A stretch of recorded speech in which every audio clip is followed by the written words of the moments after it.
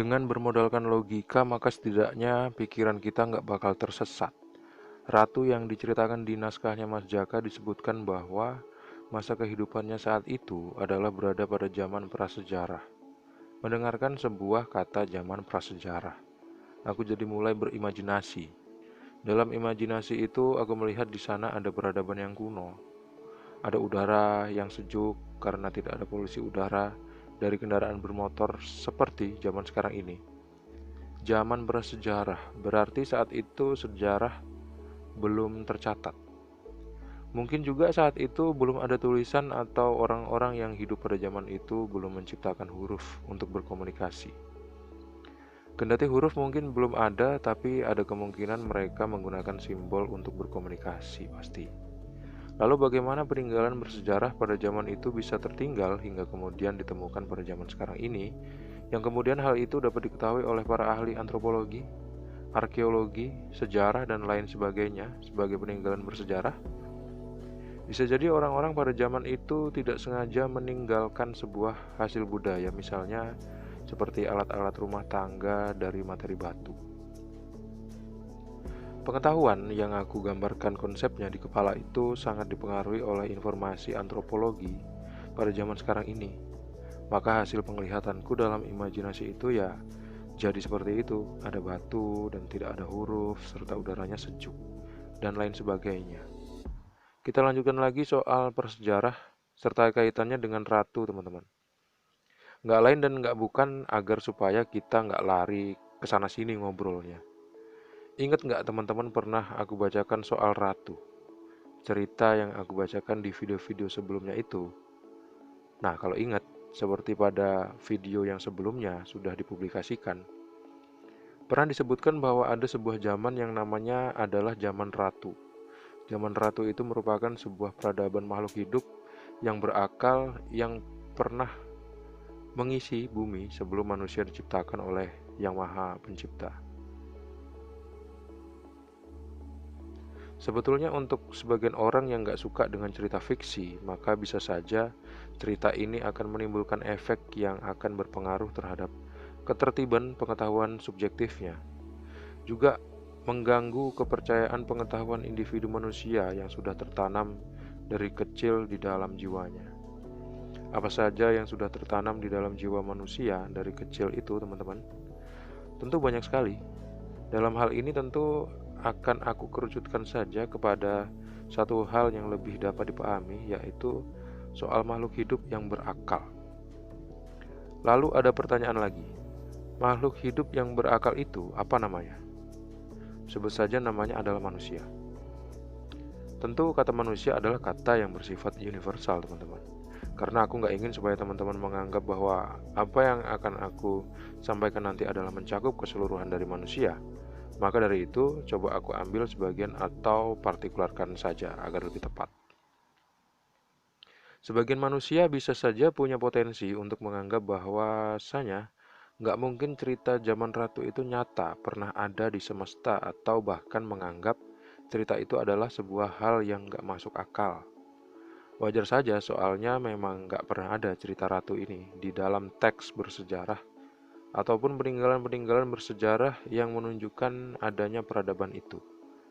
Mungkin saja bakal ada perdebatan soal cerita ratu ini di ruang tontonannya teman-teman saat ini.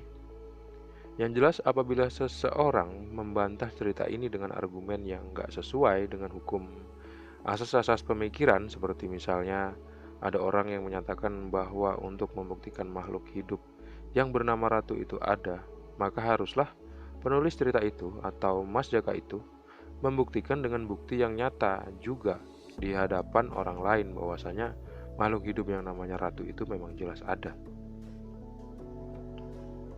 Gak mungkin kan teman-teman? Gak mungkin juga kan Mas Jaka bakal bawa fosil ratu di zaman prasejarah itu ke dalam beberapa scene di dalam video ini. Seolah-olah berpikir bahwa membuktikan sesuatu itu harus dalam bentuk yang konkret, bisa dirasakan oleh panca indera. Itu juga salah, teman-teman. Alasannya karena panca indera itu terbatas juga kemampuannya. Contohnya parfum yang aku cium baunya. Wangi, bisa saja orang lain menciumnya dan menyimpulkan bahwa itu bau yang tidak sedap. Panca indera memiliki keterbatasan dan sifatnya tentu relatif antara satu orang dengan orang yang lainnya. Atas dasar keterbatasan panca indera itulah, makanya otak atau pikiran memproses konsep yang ditangkap oleh panca indera untuk kemudian diolah agar mendapatkan kebenaran yang objektif. Terus gimana dong cara paling baik untuk menalar sebuah argumen tentang kisah ratu itu benar atau tidak? Jawabannya ya hanya dengan menyelidiki argumen tentang kisah ratu itu sendiri, dari bentuk pikiran sebagai objek materialnya dan meneliti patokan atau hukum-hukum berpikir sebagai objek formalnya. Dengan itulah kita akan menghindari kegagalan penalaran, teman-teman. Apabila panca indera adalah berfungsi sebagai melihat dan mencium, meraba dan merasa dan mendengar, namun informasi dari panca indera itu jelas nggak bakal jadi berarti apa-apa bila tidak ada pikiran yang mengolahnya. Karena tugas pikiran adalah berfungsi sebagai penangkap sebuah konsep dari apa yang sedang didapat oleh panca indera yang kemudian ditertibkan proses penalaran itu dengan menggunakan logika, sehingga dapat membuahkan kesimpulan yang benar. Tentu nggak benar bila kita mau membuktikan sebuah hal dengan selalu minta bukti nyata. Misalnya ada orang bilang bahwa tinja itu rasanya tidak enak, lalu orang lain bakal minta bukti dengan cara ingin memakannya. Aku rasa hanya orang yang akalnya lemah aja yang akan berpikir membuktikan rasa tinja tidak enak dengan cara memakannya. Orang lupa bahwa untuk membuktikan kebenaran tinja itu rasanya tidak enak, nggak perlu harus memakannya. Dengan mencium aroma tinja yang berbau busuk, sedangkan makanan yang rasanya enak atau lezat itu beraroma harum khas bumbu masakan, dan masakan yang berbau busuk itu rasanya tidak enak, berarti dapat disimpulkan sebuah pengetahuan bahwa tinja itu pasti rasanya tidak lezat bila dimakan, atau tidak enak kalau dimakan. Demikian itu metode berpikir induktif sebagai cara untuk mendapatkan kebenaran yang sering dilupakan oleh sebagian orang. Sampai di sini teman-teman pasti paham lah. Kita kembali lagi soal ratu. Ngomong-ngomong soal ratu, kedai kopi yang dikunjungi kali ini adalah kedai kopi Ratu. Letaknya ada di Jalan Raya Dompa. Kalau teman-teman ke sini dari arah kilometer 9, Simpang Albaik, Jalan Raja Haji Fisabilillah, ke arah kilometer 8 atas, nanti bakal nemuin bundaran Stisipol. Dari bundaran itu ambil arah kiri. Kedai kopinya ada di sebelah kiri jalan, gak jauh dari Cherry Coffee. Yang bikin aku penasaran dengan nama kedai kopi ini adalah namanya, teman-teman. Nama Ratu yang dipakai untuk kedai kopi ini bikin aku penasaran apakah ada kaitannya antara nama kedai kopi ini dengan kisah Ratu yang pernah diceritakan oleh Mas Jaka di naskahnya kemarin itu. Ratu merupakan sebuah nama kedai kopi, sedangkan Ratu di naskahnya Mas Jaka adalah merujuk pada keseluruhan makhluk berakal di zaman prasejarah. Berarti hubungannya memang ada, yaitu hubungan penggunaan nama Ratu itu sendiri yang fungsinya adalah sebagai alat pengingat. Bukan makhluk ratunya, hanya namanya aja yang sama. Namun, seberapa besar pengaruh nama kedai kopi ini dengan kisah yang diceritakan di naskahnya Mas Jaka? Untuk mengetahui ini, nggak perlu pakai penelitian karena nggak mungkin bisa diteliti. Namun ada cara agar dapat mengetahui ada atau tidak pengaruhnya, yaitu dengan cara menggunakan metode berpikir deduktif, yaitu bila seorang anak kecil, nih contohnya ya, bila seorang anak kecil zaman sekarang bernama Elizabeth, dan di Inggris ada seorang ratu juga bernama Elizabeth, maka anak kecil yang namanya Elizabeth itu juga merupakan seorang ratu.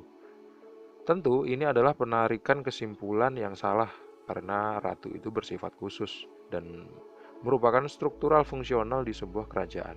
Sedangkan Elizabeth adalah bersifat umum, yaitu orang yang bernama Elizabeth tanpa memiliki fungsi sebagai seorang ratu. Seharusnya yang benar adalah maka seorang anak kecil yang bernama Elizabeth itu bukan seorang ratu. Kalau kita hubungkan dengan kedai kopi Ratu dan kisah Ratu di naskahnya Mas Jaka, maka akan menjadi seperti ini. Di Tanjung Pinang, zaman sekarang ada kedai kopi bernama Ratu.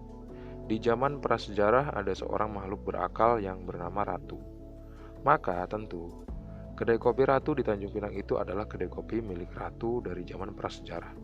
Tentu ini juga kesimpulan yang salah karena Ratu, meskipun sebagai nama yang sama, tidak serta-merta membuktikan bahwasanya semua ratu memiliki kedai kopi ratu.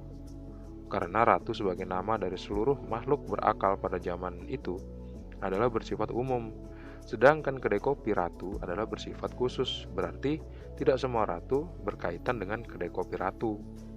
Gitu.